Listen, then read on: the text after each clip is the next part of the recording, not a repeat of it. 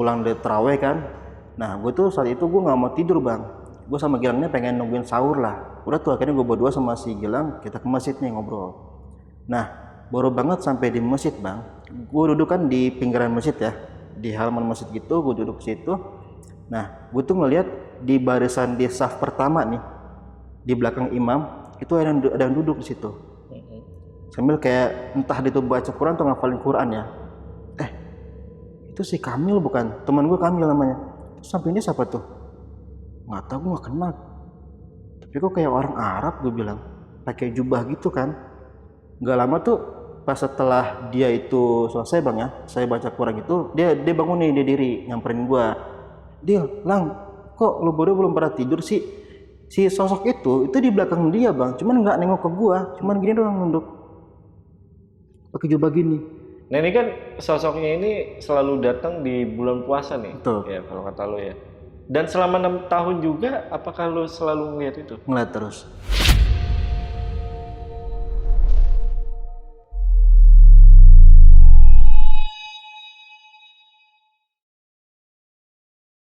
Halo semuanya, kembali lagi di Lentera Malam bareng gue Jamal. Dan gimana guys puasa kalian? Gue nggak tahu ya apakah ini bakal diupload di puasa hari pertama atau di hari keberapa. Tapi yang pasti gimana puasa kalian hari ini? Apakah ada yang setengah puasanya atau bahkan ada yang nggak sama sekali nggak puasa? Boleh tulis di kolom komentar ya. Tapi yang pasti di episode kali ini spesial untuk teman-teman yang lagi puasa atau merayakan Ramadan. Karena narasumber kita kali ini punya pengalaman horor ketika dia ini mondok di sebuah pesantren yang ada di Jakarta. Dan ada beberapa kejadian yang terjadi di bulan puasa juga. Dan lebih epicnya lagi, ini berhubungan sama sosok jin muslim. Jadi sekali lagi selamat menunaikan ibadah puasa. Semoga Lentera Malam ini bisa menemani puasa kalian juga ya. Langsung aja kita bahas di Saksi Misteri by Lentera Malam.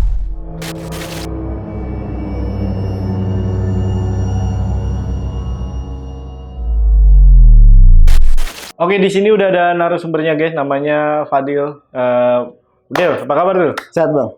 Baik ya? Alhamdulillah sehat. 2 kalinya nih kesini nih. Dan ternyata Bang Fadil ini pernah mondok pesantren guys, yang katanya di pesantren itu horor.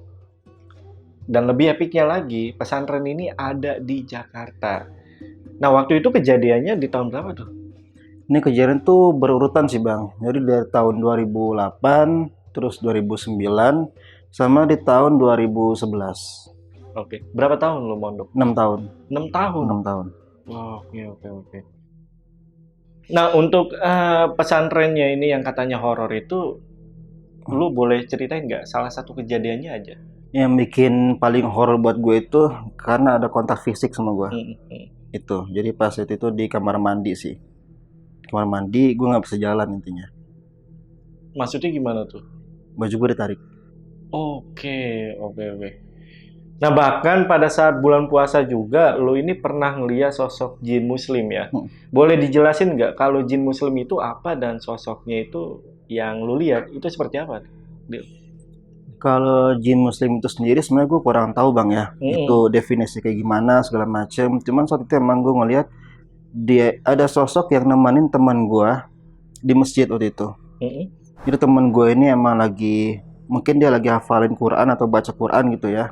Tapi di samping dia itu ada sosok pakai baju putih gitu doang, sama pakai jubah.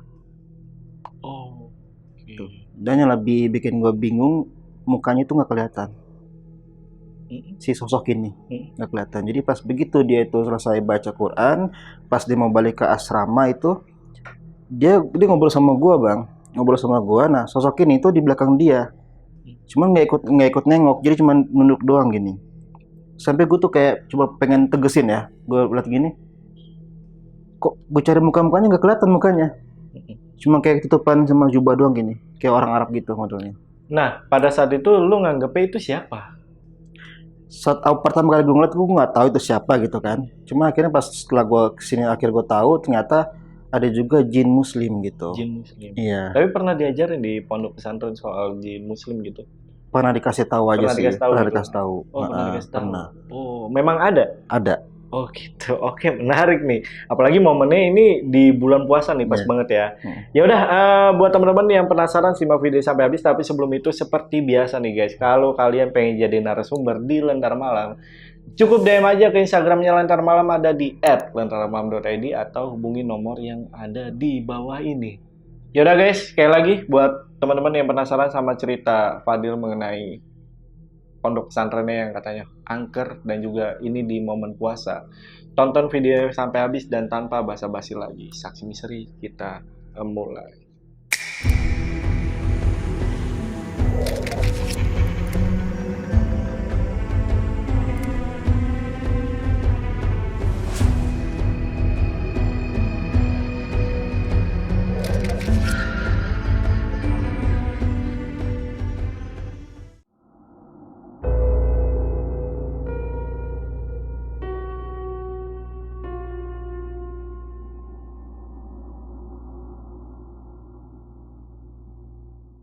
Ya, jadi gue itu diminta masuk pondok itu pertama kali karena permintaan dari paman gue bang.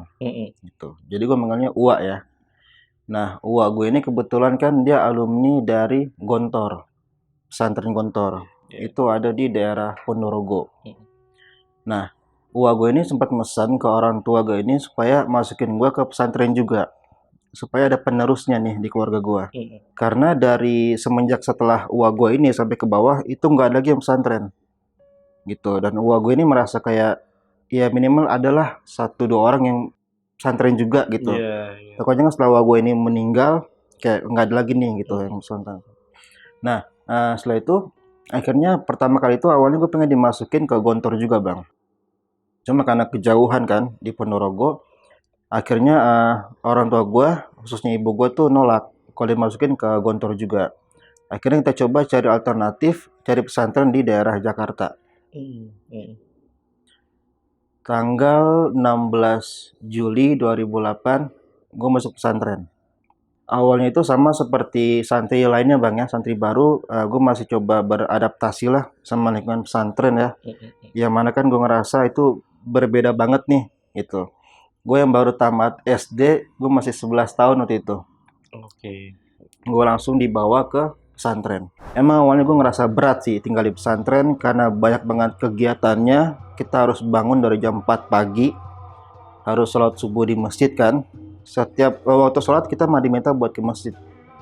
Dan kalau kita bangun kesiangan pasti disiram air segala macam, dihukum lah pokoknya. Kayak gitu. Gitu. Kadang sampai disabet-sabet lah. Nah, awal tuh gue emang nggak betah bang ya tinggal di sana. Tapi karena motivasi dari orang tua, akhirnya ya udahlah gue coba untuk bertahan di sana. Dan kebetulan gue kembar nih bang. Oh, lu kembar? Gue kembar. Oh, Gue kembar. Terus jadi gue tuh masuk pesantren berdua sama adik gue ini. Namanya siapa? Farid. Farid. Oke. Gitu. Ini yang datang Fadil kan? Fadil. Maksudnya kembar kan? Fadil bang. Nanti tampilin fotonya. Ya. Boleh tuh gue kirim. Iya. Oke. Terus gimana dia?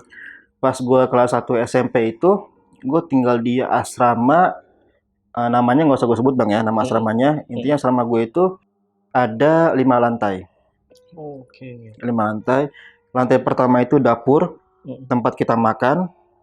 Lantai kedua, ketiga, keempat itu kamar, asrama, kamar tidur. Dan lantai paling atas itu kelima itu jemuran, buat kita jemur baju. Pas gue kelas 1 itu, kamar gue itu di lantai 3. Gue masih ingat, kamar 309. Itu yang paling ujung kamarnya. Nah, yang mungkin yang pernah di pesantren juga tahu ya, kita itu tidurnya di ranjang, kayak ranjang apa ya, tentara gitu bang. Ranjang yang besi. Gitu. Nah, gue tuh dapat kasurnya itu di lantai paling atas, maksudnya di lantai yang atas nih. Adik gue di bawahnya. Dan posisi ranjang itu paling ujung, nempel sama tembok. Gitu. Di pojok gitu. Di pojok. Nah, pas di awal-awal itu, kegiatan pesantren gue itu pagi nih sekolah sampai siang, terus sore habis asar itu acara bebas, ada yang olahraga, jajan segala macem lah ya di situ. Nah, sholat maghrib di masjid, habis sholat makan, habis sholat isya di masjid lagi. Nah, setelah sholat isya kita itu ada belajar malam bang namanya. Jadi semua santri itu setelah sholat isya itu wajib kumpul atau standby di masjid. Nggak boleh ada yang balik ke kamar. Kita mau berangkat ke masjid sholat isya, semua santri itu dia haruskan bawa buku. Oke. Terserah buku apa aja. Nanti buku pelajaran. Nah, jadi pas setelah sholat isya, semua santri kan udah pegang buku bang ya. Jadi nggak ada lagi yang balik kamar. Harus belajar di masjid semuanya tuh. Nah, sampai jam 10 malam. Oke. Nah, jam 10 malam baru kita boleh balik ke kamar. Dan itu juga nggak langsung tidur. Kita masih ada ngobrol-ngobrol dulu, segala macam, kan ya, bercanda-canda dulu, baru habis itu tidur. Jadi tuh di asrama itu emang dikasih satu orang senior buat ngejaga anak-anak baru. Oke. Gitu. Di kamar masing-masing tuh ya? Iya. Jadi di kelas, pas gue kelas 1 SMP, nah senior gue ini udah kelas 2 SMA. Sama plus ada juga ustadznya di situ. Jadi kalau kita punya masalah santri baru, kita ngelapor ke senior dulu nih. Senior kalau dia kebingungan baru ngomong ke ustadznya. Jadi bertahap gitu kan ininya. Di waktu ini sebelum kita tidur, kita masih ngobrol-ngobrol gitu. Senior gue ini datang nih. Datang, dia ikut nyampur ngobrol sama kita, cerita-cerita tentang setan, Bang. Datang-datang kayak gitu? Gitu. Oke. Gue mikir kan, ini orang tujuannya ngapain? Apa cuma pengen bikin heboh doang, pengen kayak viral doang gitu kan? Nah, di situ gue awalnya nggak percaya ada setan bang di pesantren. Karena gue mikir kita itu hidup tinggal di lingkungan yang agamis banget ya. Setiap hari kegiatan kita pasti agama terus lah. Kita juga belajarnya pelajaran agama semua. Kita juga sholatnya di masjid terus. Cerita kuntilanak lah, gundurwo lah. Dulu di sini ada ini gitu. Nah, kita kan namanya anak kecil kan cuman kayak diem doang kan ngeliatin dia cerita. Tapi gue nggak suka bang di situ. Kan orang apa sih kayak kalau sekarang bilang toksik lah. Dimana pas gue masih kelas 1 SMP itu, setiap kita ngobrol, paling nggak jauh-jauh kita ngomongin kayak film kartun di zaman itu ya. Kalau nggak kayak game-game mode itulah, yang omongan anak kecil lah zaman itu. Tiba-tiba dia datang langsung ngomongin setan, gitu. Nah di situ gue mulai merasa terganggu lah, gue nggak suka. Kira gue menghindar nih bang, menghindar kan. Nah, senior gue ini pasti udah gue tandain. Jadi setiap dia datang ikut ngobrol, gue selalu menghindar terus. Nggak pernah mau dengerin dia ngomong apa gitu. Ah, nggak mungkin lah ada setan di pesantren. Nah, kesalahan gue di sini. Gue bilang, coba sini kalau ada di depan gue langsung. Gue ngomong kayak gitu. Nah, udah tuh bang. Singkat cerita, jeda berapa hari, ternyata teman gue ngalamin sendiri. Teman gue namanya Zaki, dia ngalamin sendiri. Jadi gini, di waktu maghrib, dia itu lagi mandi, ya kan? Itu keadaannya semua santri lagi ke masjid semua. Dia dong nggak ke masjid. Dia mandi di maghrib. Nah, pas lagi mandi, kan kalau kita lagi mandi tuh di bawah ada genangan air ya. Kita bisa buat ngaca gitu loh. Nah, pas lagi mandi gitu, di genangan air itu dia ngelihat di atas atap kamar mandi itu ada kepala ngintipin dia. Cuma kepala doang. Itu kepala cewek jenisnya, rambutnya poni segini. Ngintipin dia mandi. Karena dia ketakutan, dia langsung keluar tuh. Dia lari ke kamar. Belum pakai apa-apa. Semuanya ditinggal semua di kamar mandi. Saking takutnya tuh, masih telanjang bulat bang. Untungnya di pesantren nggak ada orang kan saat itu kan. Langsung balik ke kamar. Udah tuh, karena dia panik, dia duduk di kasur kan. Dia nungguin aja itu, dia panik. Jeda berapa detik, kepala itu lewat di depan kamar dia. Kepala doang nih. Pas di depan dia begini, kepala itu dia begini, ngeliat ke arah dia. Terus senyum. Terus dia senyum, dia langsung tepar. Besoknya dia sakit. Udah tuh. Nah, cerita itu sempat ramai juga tuh. Sempat ramai juga kan. Tapi gue masih nggak percaya. Karena bukan gue sendiri yang ngalamin. Udah gue mikir, paling dia ikut-ikutanin doang nih. Supaya apa, cari rame lah gitu kan, bikin heboh doang.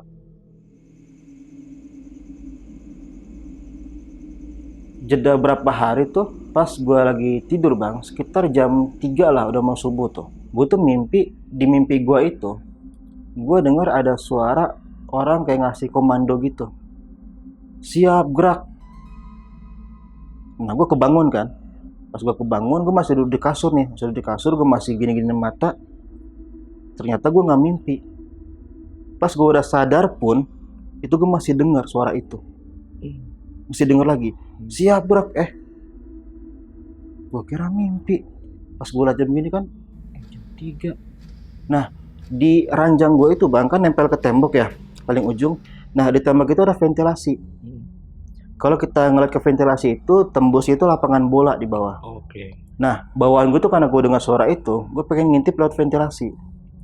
Pas gue ngintip ventilasi gini, itu di lapangan bola itu ada mungkin sekitar belasan orang ya, pakai baju paskibra semua, lagi baris berbaris di lapangan itu.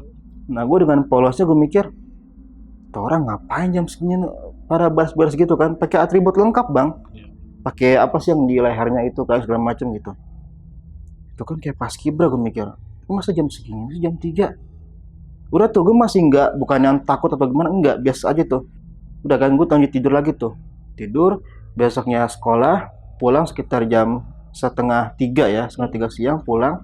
Nah, gue ketemu sama ustadz gue bang, di asrama tuh.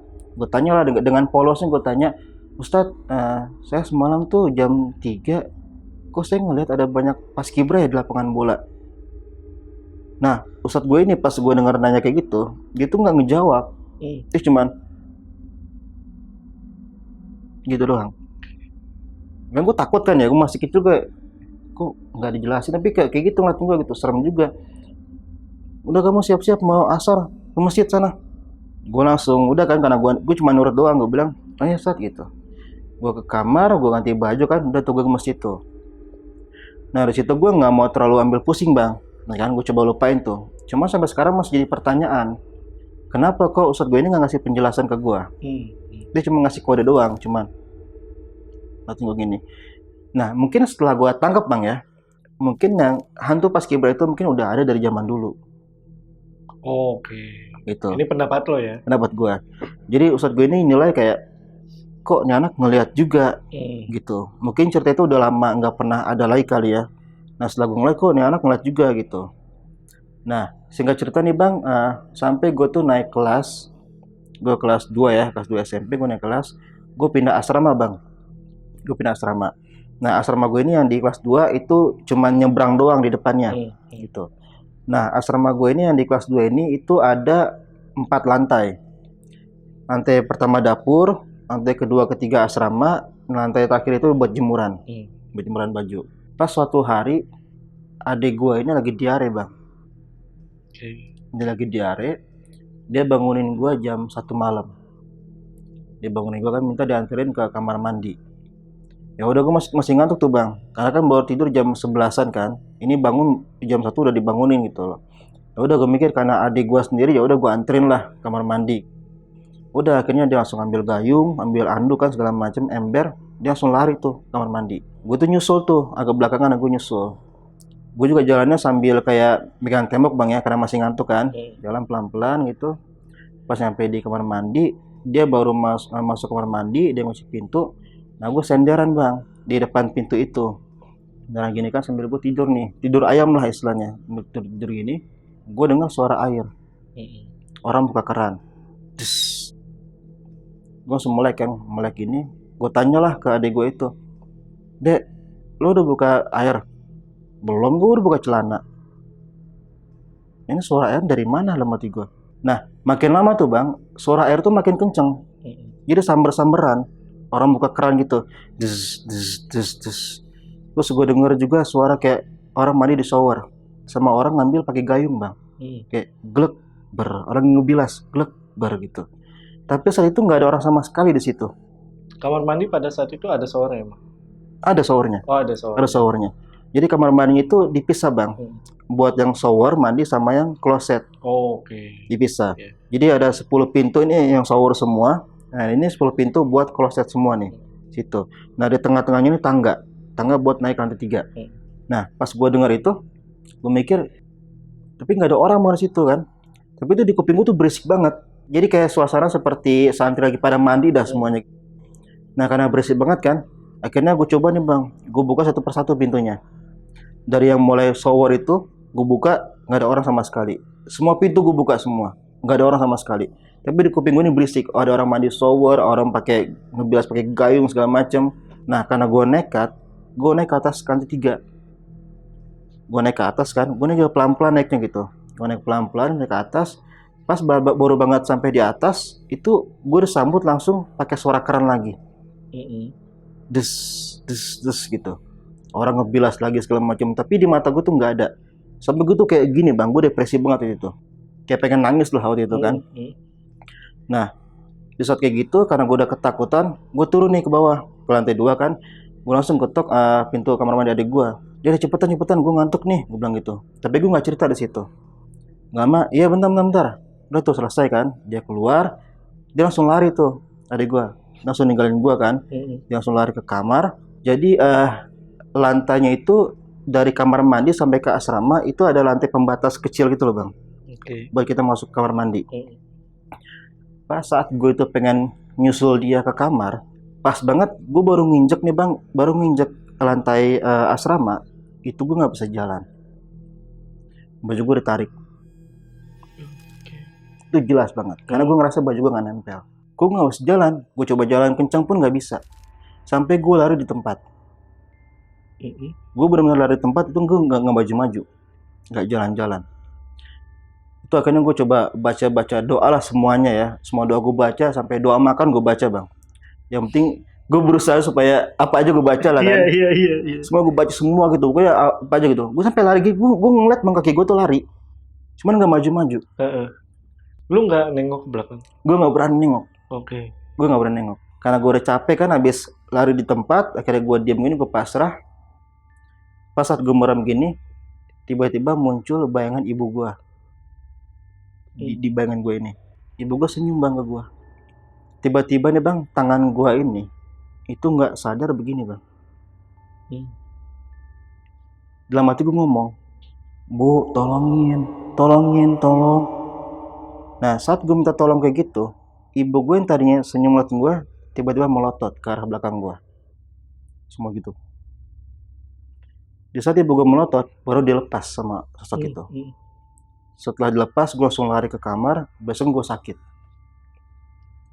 Lu ceritain nggak ke adek lu itu? Enggak. Ke ibu gue juga nggak gue ceritain. Oh, sorry. Ibu lu masih ada kan? Masih ada. Tapi sampai sekarang ibu gue nggak tahu. Tapi bayangannya pada saat itu ya? Bayangan yang muncul.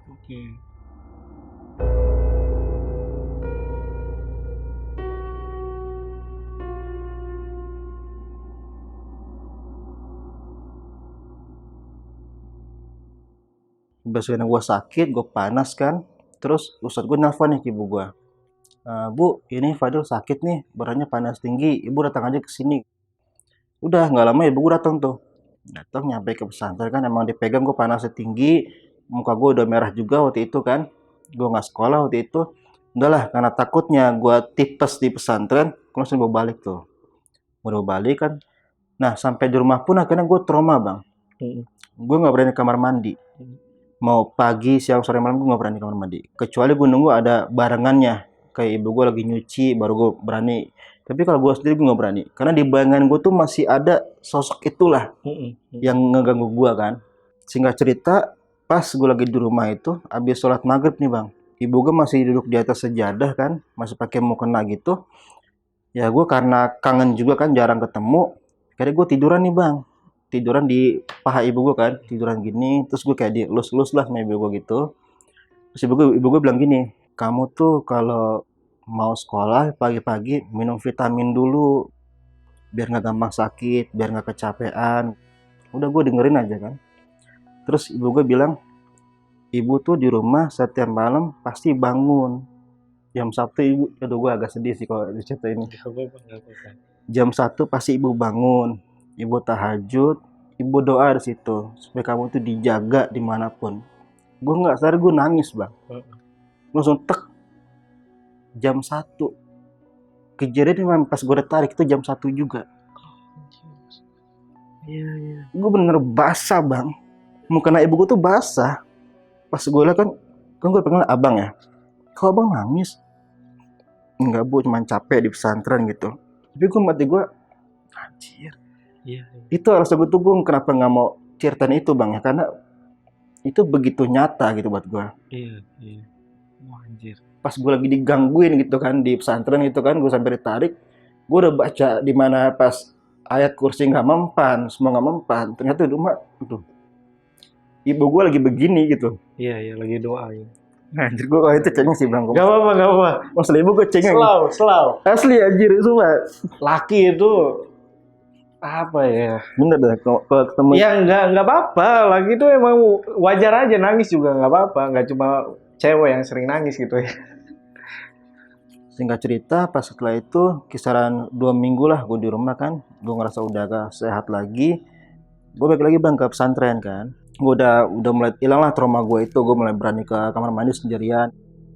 Nah, pagi-pagi pas gue habis mandi bang, pengen berangkat sekolah kan. Udah saya mandi nih, gue keluar pengen balik ke kamar. Temen gue nih bang, namanya Irfan. Dia tuh ngeliatin gue kayak aneh gitu. Kenapa itu? Jadi pas gue mau balik ke kamar kan dia gue kayak, gue tanya kan, lo kenapa? Anjing nggak jelas tuh mati gue kan. Tuh gue balik ke kamar tuh, gue sekolah gitu kan. Jadi gini bang, gue lupa jelasin nih. Di setiap asrama itu, ya, di setiap lantai itu ada jadwal piketnya. Kalau kita dulu sebutnya bulis sebutannya, panggilannya bulis tuh juga namanya jadwal piket. Tujuannya buat nganterin orang yang sakit atau nggak beliin makanan lah sarapan buat teman-teman yang sakit. Nah, setiap lantai itu ada 2 orang. Jadi pas saat gue lagi sakit itu, pas setelah gue ditarik kan besoknya gue sakit tuh, nggak masuk sekolah kan. Nah, kebetulan dia lagi yang jadi apa piket, gitu. Nah, dia cerita tuh, kemarin pas lo tuh lagi sakit kan tuh lagi meriang, gue ngeliat apaan tuh gue. Ada nungguin lo di samping lo pas lo lagi tidur. Dan nungguin gue kan di kamar sendirian. Sumpah gue ngeliat, emang serem banget Dil. Emang serem kenapa? Ada tanduknya. Pengakuan si Irfan. Ada tanduknya. Tek, gue langsung mikir, apa jangan-jangan makhluk itu yang narik gue? Pikiran gue bang itu. Si Irfan ngeliat tanya. Makanya gue tuh pas pengen bangunin lu, tadi gue pengen nawarin, Jil mau beli makan nggak atau nggak mau gue ajak berobat nggak ke klinik itu, gue nggak berani. Karena pas begitu masuk gue ngeliat tuh ada makhluk itu. Ada tanduknya gitu. Nah makanya pas besokannya lo balik kan gue dengar kabar lo balik, gue tuh mikirnya takutnya lo kenapa-napa nih sama gara-gara si tanduk itu gitu kan. Makanya sekarang gue baru cerita. Nah situ gue mikir bang, apa makhluk itu nih yang narik gue. Sorry, tanduknya 2 tapi ya? 2 bang. Bukan 1 ya? Kalau 1 namanya badak. Ini tanduknya 2. 2 hellboy, kalau 1 namanya badak. Tanduknya 2 ini. 2 ya? 2. Oke. 2. Nah, singkat cerita nih bang, kita masuk bulan puasa nih. Bulan puasa ya? Kita masuk bulan puasa. Kalau kegiatan di pesantren sama bulan puasa, lebih banyak pasti kegiatan yang sifatnya agama ya. Sifatnya agama gitu. Kayak dari pondok juga lebih ditekanin masalah kayak hafalan Quran, kayak gitu-gitu kan. Jadi gini bang, pas tetap sekolah seperti biasa kan sampai sore, setiap buka puasa kita buka bareng. Nah, sholat tarawihnya yang gua nggak kuat. Kenapa? Setiap malam 1 juz. Hah? Sumpah. Waduh. Nah, lu bayangin bang. Nah, ini gue bukan ngetawain maksudnya. Iya, emang Gue pun beneran. nggak kuat gitu. Wah, gokil juga gitu ya. Gitu bang. Setiap Gokil malam 1 mentalnya. juz. 1 juz setiap malam. Pondok mantep. Makanya kan kalau kita biasa kalau tarawih cepet kan ya. Habis sholat isya gitu. Gue paling males tuh. Sholat isya tuh gue udah setiap tahun tuh pasti males gitu. Pas mulai kan Bismillahirrahmanirrahim alif lam mim. Aduh. Dari pertama kan sampai habis tuh juz 1 tuh gitu. Al-Baqarah. Ya, setiap malam tuh 1 juz. Jadi kan lengkap. Sebulan tuh 30 juz gitu tujuannya. Oh, khatam dong. Gitu. Wah. Itu dihabisin setiap malam tarawih tuh, sholat tarawih. Gitu. Al-Baqarah, sapi betina itu. Wah, panjang sekali itu. Bener kan sapi betina ya? Betul. Ya kan? Betul. Hah? Tahu lah gua. Pinter juga deh. Al-Baqarah, sapi betina. Betul. Lanjut. Pas di malam pertama gue masih coba bertahan lah ya kan, walaupun kaget nih gitu kan. Aduh, atau gue sejus lagi nih. Besok malam lagi, aduh sejus lagi nih. Sampai malam ke-5 lah, gue udah nggak kuat tuh bang. Ya wajar lah, gue udah capek kan, malas juga gitu kan. Akhirnya gue ajak teman gue nih namanya Burhan. Nah, cabut aja yuk, gue bilang gitu. Gak usah terawih. Udah ketahuan gue nih, udah cabut aja gitu. Gue malas nih, gempor kaki gue gitu kan, diri semalaman gitu. Ya udah dah, lewat mana? Jangan lewat depan, lewat belakang. Jadi pas dulu kabur itu bang, pintu depan kan rawan ya, banyak orang. Gue pintu belakang nih, bukan pintu sih. Jadi di belakang itu, di bagian belakang pondok itu ada kamar mandi, depannya jemuran, Nah, di sini tuh tembok nih bang. Mm-mm. Temboknya lumayan tinggi. Temboknya lumayan tinggi, cuman bawahnya bolong. Oke. Jadi kita begini kabur gitu. Oke. Gitu kan. Nah, gue sama Burhan teman gue nih berdua. Pas begitu kita kabur kan, begitu kita udah lolos nih, keluar dari tembok itu, gue baru sadar. Ternyata di belakang pondok gue itu kuburan. Hah? Ini selama bertahun-tahun lu baru tahu? Baru tahu saat itu juga. Anjir. Dulu kuburan. Ah serius lu? Gue nginjek apaan gitu kan? Padahal yang gue injek tuh ya tanah kuburan itu. Mm-mm. Kuburan umum gitu. Gue injek apaan? Pas liat, anjir kuburan, batu nisan banyak gitu kan. Cabut terus lari tuh kan. Lari, kabur tuh kan. Ya gue dulu main warnet lah segala macem gitu, kabur.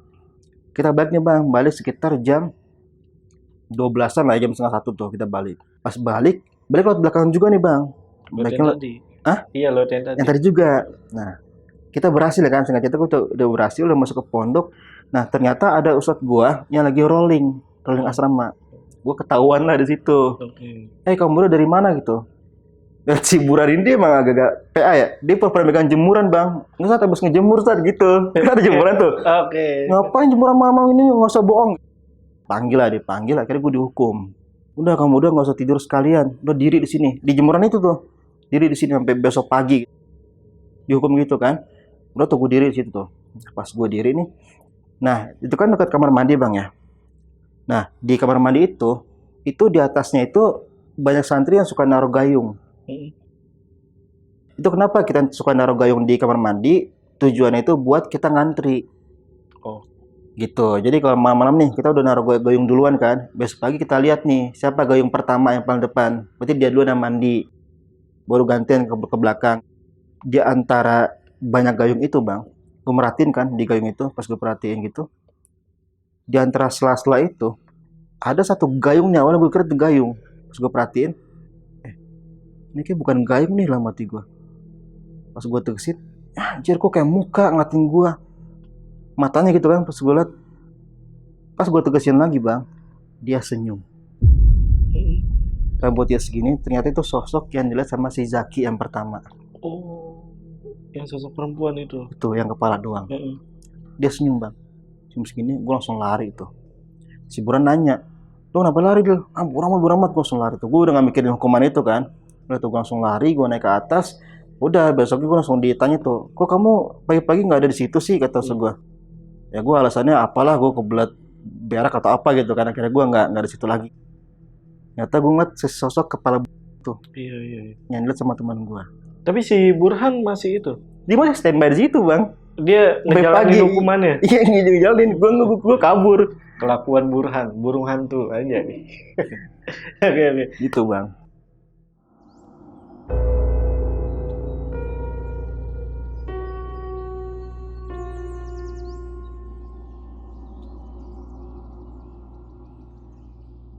Pas jeda berapa hari lah ya, kisaran 5 harian gitu, pas minggu gitu. Nah, karena gue ini sama teman gue ini bukan Burhan bang ya, satu lagi nih namanya Gilang. Nah, karena pas kita pulang dari terawih kan, nah gue tuh saat itu gue nggak mau tidur bang. Gue sama Gilang ini pengen nungguin sahur lah, karena kan waktunya mepet banget kan, nanggung gitu kalau kita tidur. Udah akhirnya gue sama Gilang ini, si Gilang ngajakin, Dil, lu kalau pengen masih ngobrol, kita ke masjid aja yuk. Jangan ngobrol di kamar, pastinya kan ada ustadz ini ya yang suka ngerolling kan. Jadi suruh tidur gitu. Udah kita ngobrol di masjid aja. Udah deh. Soalnya kalau di masjid itu kan udah dimatiin bang lampunya bang ya. Iya. Jadi nggak mungkin ada yang ngontrol ke situ. Udah tuh akhirnya gue berdua sama si Gilang kita ke masjid nih ngobrol. Baru banget sampai di masjid bang. Gue duduk kan di pinggiran masjid ya. Di halaman masjid gitu. Gue duduk di situ. Gue tuh ngeliat di barisan di saf pertama nih. Di belakang imam itu ada yang duduk di situ. Sambil kayak entah dia tuh baca Quran atau ngafalin Quran ya. Tapi gue dengar kayak suara lantunan Quran gitulah. Lagi baca gitu kan, pas gue perhatiin, itu si Kamil bukan? Teman gue Kamil namanya.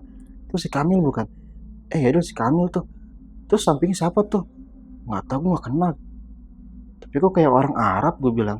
Pakai jubah gitu kan. Gak lama tuh, pas setelah dia itu selesai bang ya, saya baca Quran gitu, dia bangun nih, dia diri, nyamperin gue gitu kan, nyamperin gue. Nah, si Kamil ini bang, dia itu emang backgroundnya dia asli orang Kalimantan, dan dia itu emang berasal dari keluarga penghafal Quran.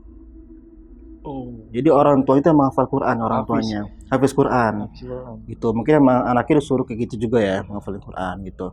Nah jadi pas si Kamil ini dia nyamperin gue kan, dia ngomong sama gue, Dil, Lang, kok lu berdua belum pada tidur sih? Si sosok itu di belakang dia bang, cuman nggak nengok ke gue, cuman gini doang nunduk, pakai jubah gini. Penasaran kan ya? Gue sambil duduk itu gue perhatiin gini, gue coba cari mukanya bang, gue cari muka gini, tapi nggak kelihatan mukanya. Cuman kayak jadi kayak jubah gini terus mukanya kayak bolong gitu, gimana sih kayak hilang gitu, Iya, iya. nggak kelihatan kan? Udah tuh, gue sih penasaran masih gilang, siapa lah nggak tahu.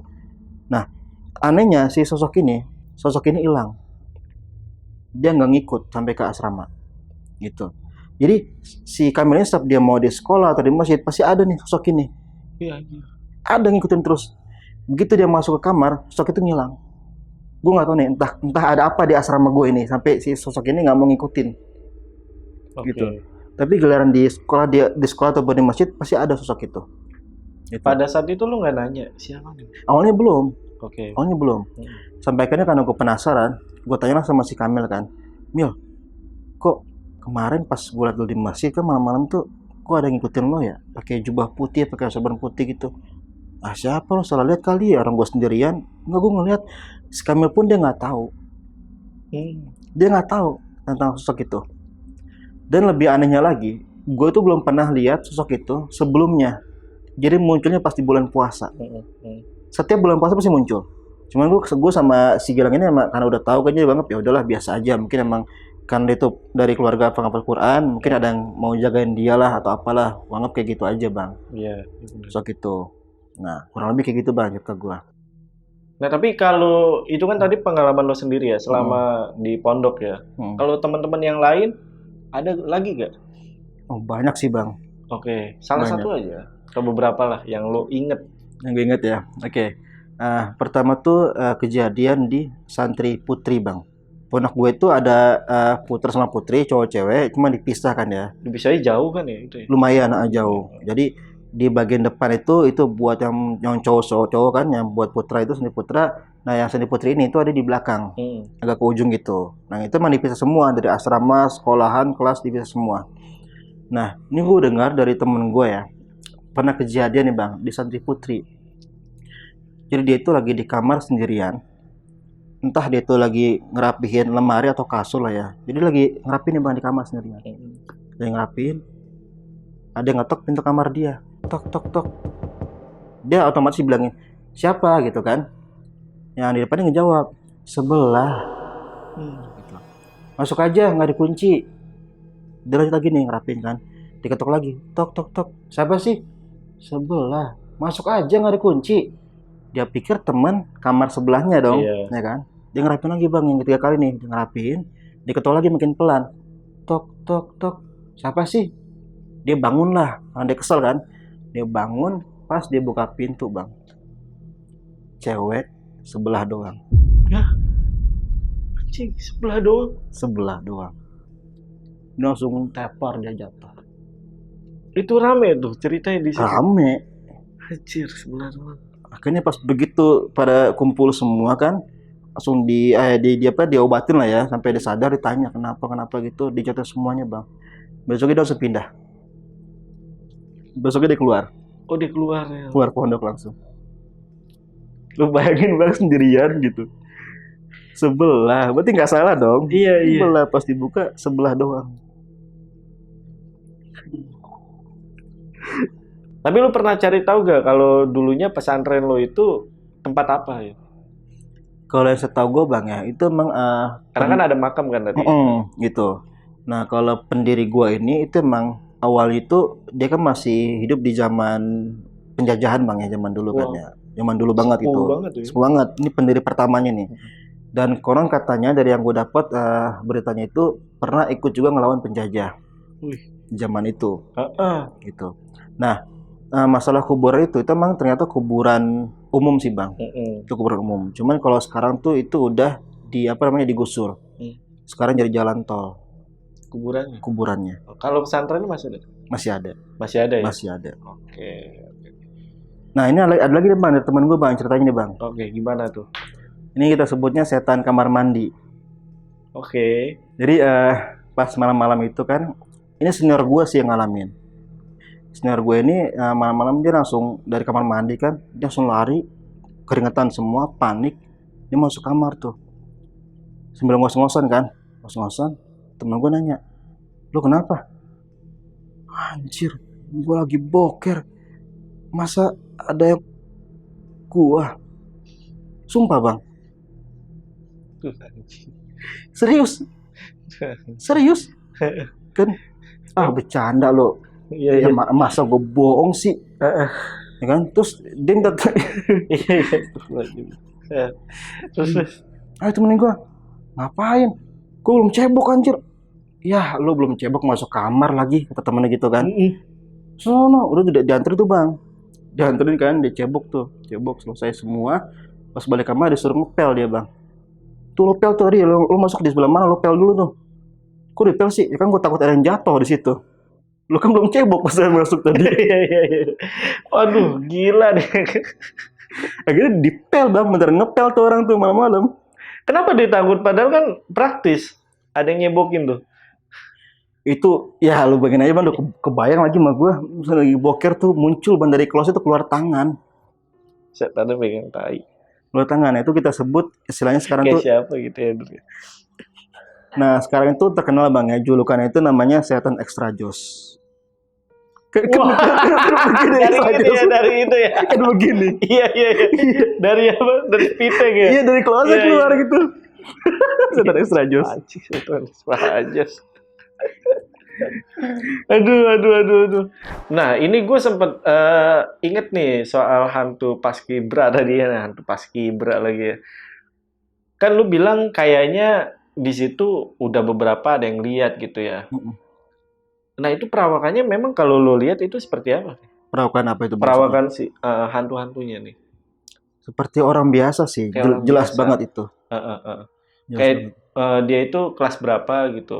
Oh mungkin itu kelas senior sih bang ya. Senior. Mungkin udah kelas 3 SMA kali, udah kelihatan dewasa lah. Gitu. Kan gue masih kelas 1 SMP waktu itu. Tapi apakah lapangan bola itu juga sempat dipakai untuk ya kayak Paskibra gitu. upacara kemerdekaan mungkin segala macam? Iya, Oh, sempat. sempet itu emang. Emang ada tiang bendera Ada juga? situ. Oh, oke, oke, Gitu oke. gitu.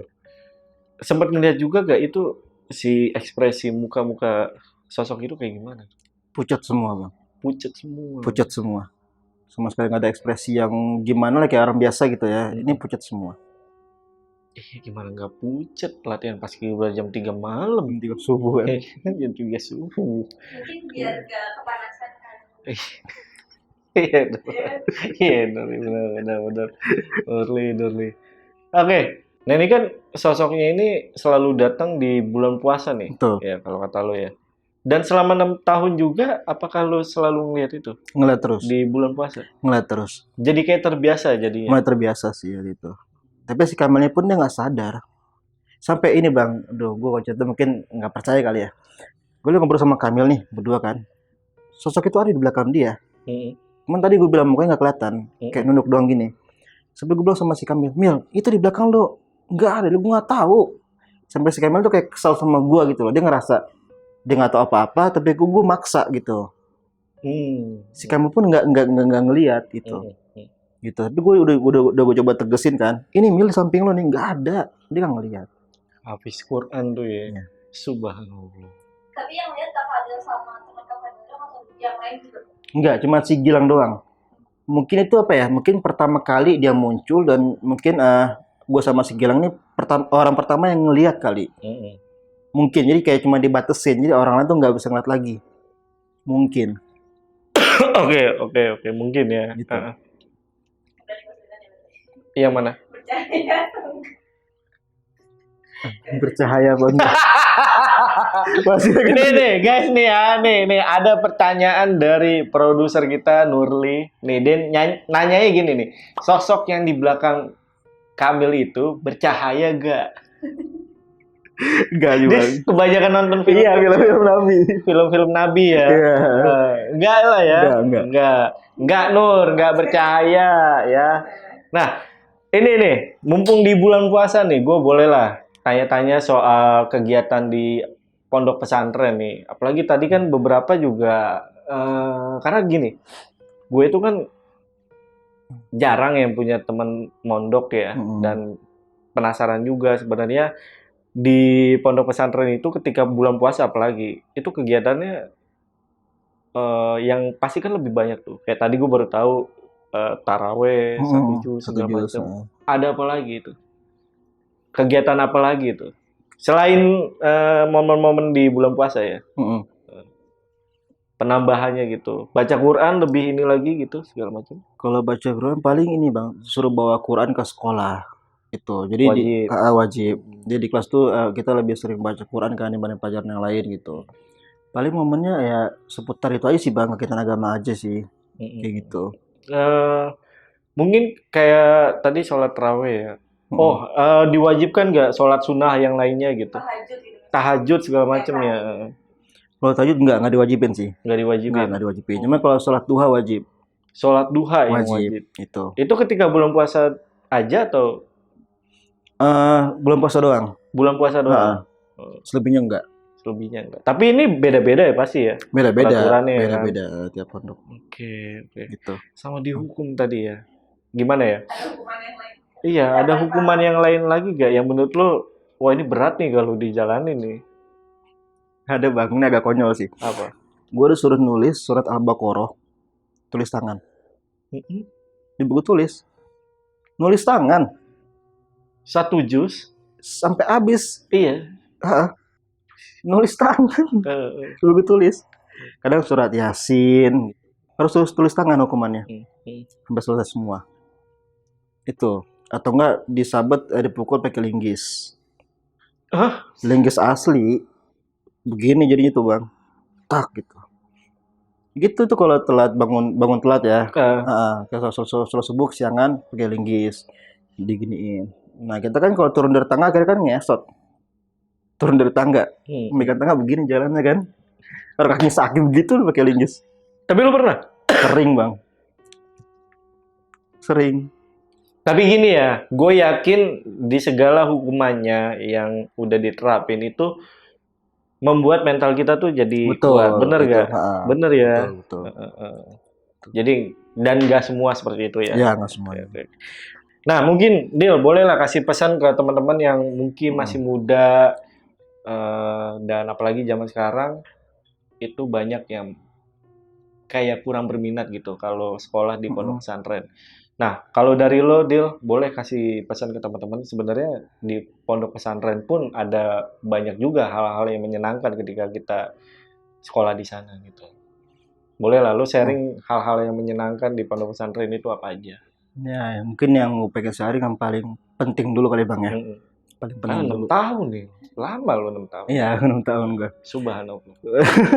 Kayak jadi channel dakwah ini. Iya makanya cuma itu jadi begini. Belum puasa, ya kan? Belum puasa. Oke. Mungkin pentingnya pesantren ya menurut gue sih kayak apa ya? Ini terutama buat yang laki-laki bang ya. Penting itu karena ya nanti pas ketika orang tua lo meninggal, siapa yang ngajiin, siapa yang mandiin, siapa yang nguburin. Minimal itu dulu deh, minimal. Paling sederhana gitu. Mungkin kalau kita pengen ngebahas masalah pelajaran yang lain kan banyak banget kan ya. Paling penting itu aja gitu. Tapi hal menyenangkan yang lo inget ada gak di? Kalau menyenangkan pasti banyak, kayak punya teman dari berbagai daerah. Iya. Itu jelas seru banget tuh pasti. Seru banget. Jadi gue sekarang kalau mau kemana pun tuh udah tenang bang. Kayak gue pengen ke Aceh nih, udah lo nggak usah mikirin hotel sini. Ke Riau ada yang masih komunikasi ya? Masih. Terus apa lagi? Apa ya menyenangkan tuh ya, pasti punya teman banyak. Kedua punya banyak cerita yang pasti nggak dialamin sama ini ya orang yang sekolah umum gitu ya. Karena kita selama 24 jam pasti kan di situ bareng teman-teman kita terus ya. Jadi banyak banget kegiatan, bukan kegiatan kayak tingkah laku hal konyol yang mungkin ya nggak dirasain sama orang di luar. Gitu, itu aja sih bang. Itu ya. Oke. Nah, ketika tadi Fadil cerita juga ternyata di sana nggak ketat-ketat juga ya. Maksudnya nggak ketat banget lah. Ada jam di mana lu boleh ngapain aja, bebas ngapain aja di sana gitu ya. Oke. Hal kayak gini kan belum pernah dikasih tahu ya, apa udah umum juga. Ada Mungkin kayak gak semenyeramkan kata-kata orang. Oh iya bener, nggak semenyeramkan kata-kata orang, bener kata Nulis. Oke. Oke, Dil. Semoga lancar ya puasanya ya. Oke bang, siap. Buat teman-teman juga lancar puasanya dan jangan lupa untuk mampir ke channel YouTube-nya Fadil. Di mana, Dil? Nah, dunia mereka namanya. Dunia mereka tuh. Ya lupa gue nih kedua kalinya padahal. Tapi linknya gue taruh di deskripsi ya. Ya udah, untuk video kali ini gue rasa cukup. Gue Jamal dari Lentera Malam dan Fadil izin pamit.